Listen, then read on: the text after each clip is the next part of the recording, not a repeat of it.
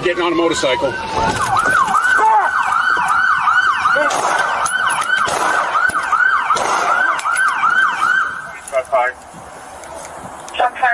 In March 2004, the small town of Farmersville, Texas, popularly referred to as the onion capital of North Texas, was known for its quiet streets and unlocked doors.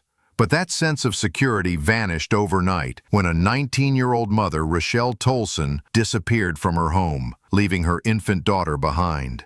With no signs of forced entry and no witnesses, the community and law enforcement faced a troubling question. What happened to Rachelle Tolson? Friends and family organized searches, and flyers with Rachelle's face appeared throughout the town. But days later, a discovery was made that confirmed the community's fears.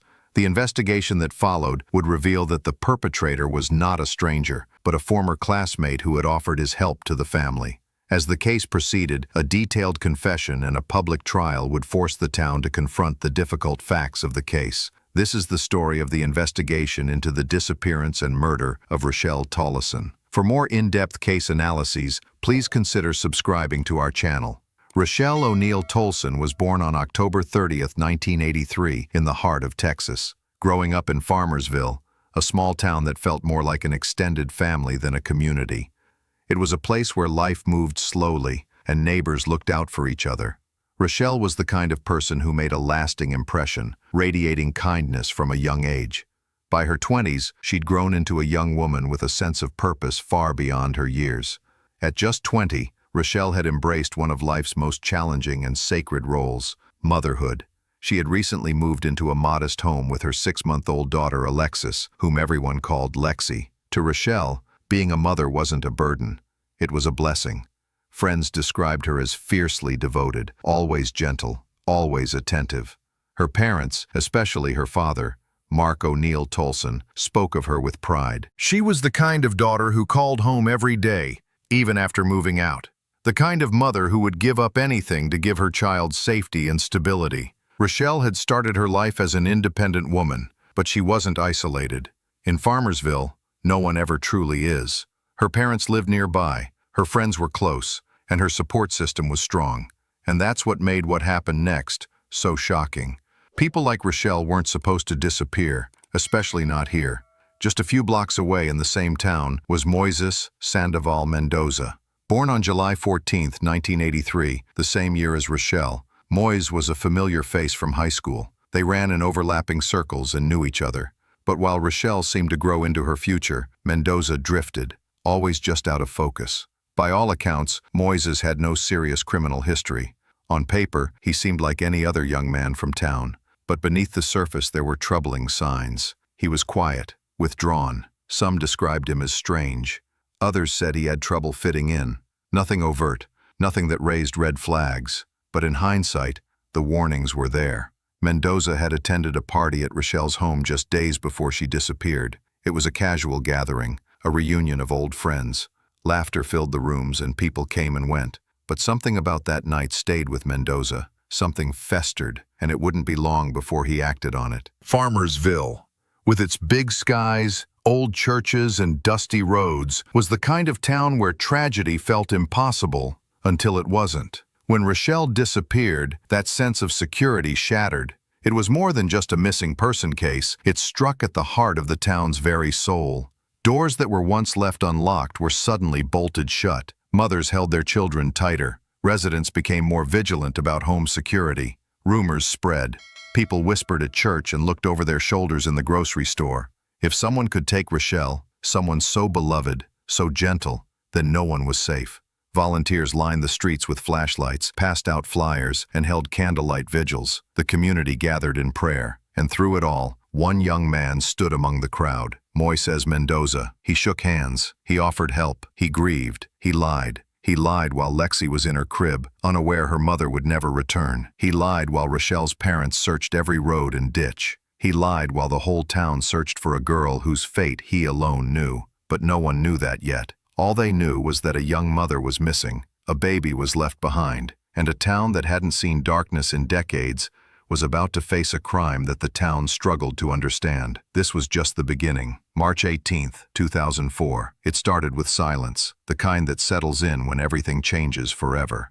That Thursday night, after the sun dipped below the Texas plains, 19-year-old Rachelle Tolson put her 6-month-old daughter Lexi to bed. Full from a bottle, Lexi likely drifted into sleep without a sound. Outside, the stars blinked into the night sky. The day ended, but something else began. Earlier, Rachelle had seemed fine, no signs of trouble. She was home caring for her daughter, living her normal life. But someone was watching her. Someone was waiting. That someone was Moises Mendoza. No one saw him enter. No screams, no broken windows or kicked-in doors. But by morning, Rachelle was gone. Completely, terrifyingly gone. On March 19th, her mother grew worried when calls went unanswered. No response at the door. Then she stepped inside. The house was eerily still, not peaceful, but wrong. And then she heard it, a faint cry from the back of the house. Little Lexi alone in her crib, alive.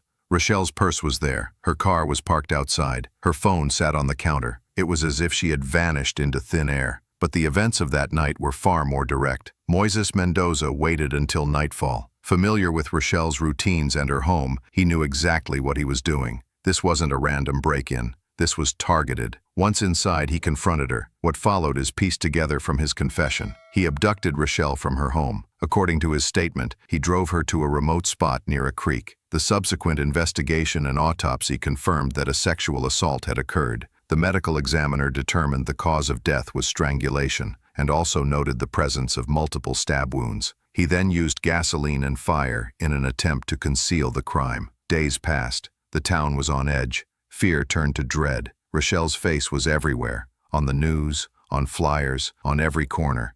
But there was no sign of her until March 24th.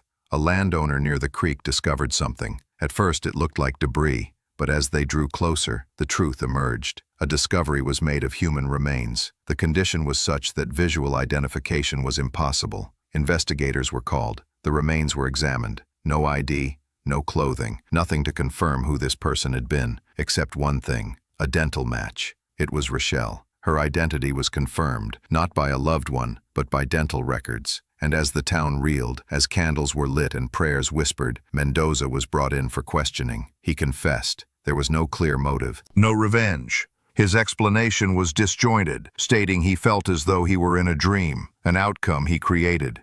Why, Rachelle? Why that night? And how could he walk among those grieving, knowing exactly where she was, knowing what he had done? This wasn't just a murder. It was a betrayal of trust, of community, of humanity, and the people of Farmersville would never forget it. When Rachelle Tolson vanished, Farmersville, Texas changed forever. A town that once felt safe, where neighbors didn't lock doors and strangers waved, was suddenly gripped by fear. But even in their panic, the people didn't turn inward. They turned to each other. Within hours of Rachelle's disappearance, search parties flooded the streets. Police, citizens, anyone who could help scoured the land, combing fields, culverts, and abandoned buildings. Some worked through the night, others brought food and water. But despite their efforts, they found nothing, except one thing, the thing that made everyone stop. Rachelle's 6-month-old daughter was found alone in her crib, unharmed. That detail changed everything. People don't just walk away from their babies. Not Rachelle, not a mother like her. Her car, phone, and purse were left behind. It was clear Rachelle didn't leave on her own. This was a crime, and someone out there had done it.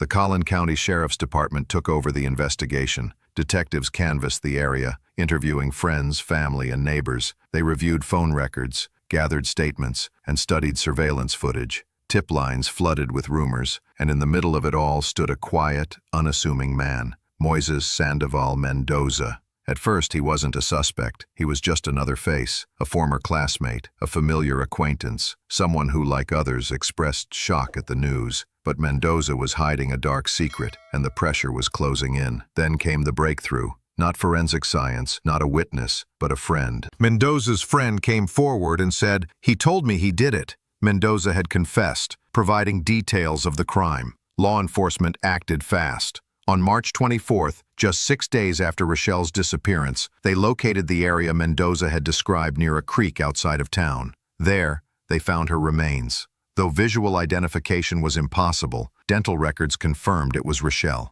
The medical examiner confirmed the cause of death: strangulation, stab wounds, and evidence of sexual assault. Everything Mendoza had described. He was arrested immediately. His confession came quickly. It was erratic, haunting. When asked why he did it, he gave a disjointed explanation that he thought he was in a dream. No remorse, no madness, just emptiness. Authorities couldn't find a motive. No history of domestic violence, no romantic relationship, no grudge. Mendoza had just snapped, and for reasons no one understands, he chose Rachelle Tolson, who had welcomed him into her home. Crime scene analysts confirmed it. Rachelle had been taken by force. The condition of her home suggested a sudden confrontation. No valuables were taken. This wasn't about money. It was about power and control. The location where her body was found showed traces of accelerant, likely gasoline, confirming Mendoza's claim that he tried to destroy the evidence. But even that final act couldn't erase the truth. The evidence indicated the final moments of Rachelle's life were violent, and all the while, her infant daughter waited alone. With Mendoza in custody, prosecutors wasted no time. He was charged with capital murder, a charge that carries the death penalty in Texas. The media descended on Farmersville. Headlines spread far and wide, but through it all, the people of Farmersville stood strong. They supported Rachelle's family. They wore ribbons, held vigils, told stories of her kindness, her resilience, her joy. They grieved and healed together. Rachelle's story would never be forgotten. Neither would the town that learned too late that danger doesn't always come from strangers. Sometimes it comes from someone you know. The wheels of justice in Texas move slowly, but when they do not stop. By the time Moises Mendoza stood trial, the pain in Farmersville had hardened into something sharper than grief, something colder than rage. It was a wound that never healed, reopened every time Rachelle's name appeared in the news. Every time her baby girl was looked at, and people wondered what future she had lost. The trial was held in Collin County, near where Rachelle once walked to school, bought groceries, and smiled at familiar faces. But now, the courthouse echoed with testimony, legal arguments, and a community struggling to understand how a crime of this nature could have happened in their own backyard. The prosecution's case was clear. They had a confession, physical evidence, and testimony from the friend who turned Mendoza in. Dental records, autopsy results, and forensic evidence of sexual assault, strangulation, and stabbing painted a damning picture of an individual who had targeted his former classmate. There was no question of guilt. Mendoza's defense didn't argue innocence. They pleaded for mercy, citing his troubled past and possible untreated mental illness. They begged the jury not to let rage dictate the outcome, but it wasn't enough. Not with a 6-month-old left behind, not with the sheer brutality of what had been done to Rachelle. In 2005, a jury found Mendoza guilty of capital murder. He was sentenced to death. As he was led out of the courtroom, he didn't cry, scream, or speak. The silence in the gallery was deafening. Rachelle's mother sat with hands folded, the ghost of her daughter hanging over her like a weight no mother should carry. But the trial was over, though the story was not. Over the next 2 decades, Mendoza filed appeal after appeal, each one rejected. Ineffective counsel, unfair trial claims, mental health concerns. Each time the answer came back, denied. The evidence was too overwhelming. The confession is too detailed, the damage too deep. In the weeks before his scheduled execution, Mendoza submitted a clemency request to the Texas Board of Pardons and Paroles. His plea for mercy was denied once again. On April 23, 2025, Moises Mendoza was escorted to the death chamber at the Huntsville unit. A small group of protesters gathered outside, some against the death penalty, others supporting the victim's family. Inside, it was silent. Mendoza lay on the gurney, an IV in his arm. The warden asked if he had any last words. For the first time in over 2 decades, Mendoza showed some accountability. "I am sorry for having robbed you of Rachelle's life," he said. "I am sorry for the pain. I am sorry for everything." It wasn't enough, not nearly, but the words hung in the air as the procedure concluded. At 6:28 p.m., Moises Mendoza was pronounced dead. He was 41 years old. But to Rachelle's mother, that wasn't justice. After the execution, she faced the cameras one last time. "He was put to sleep," she said. "He felt no pain. I wish I could say the same about my daughter's death." And with that, she turned and walked away. Not because she had nothing left to say, but because she had said it all. Justice doesn't bring back the dead. It doesn't erase the nightmares. It doesn't heal a child who grew up without a mother. And it doesn't answer the lingering question like smoke in a burned field. Why? Why, Rachelle? Why that night? There were no answers, only echoes.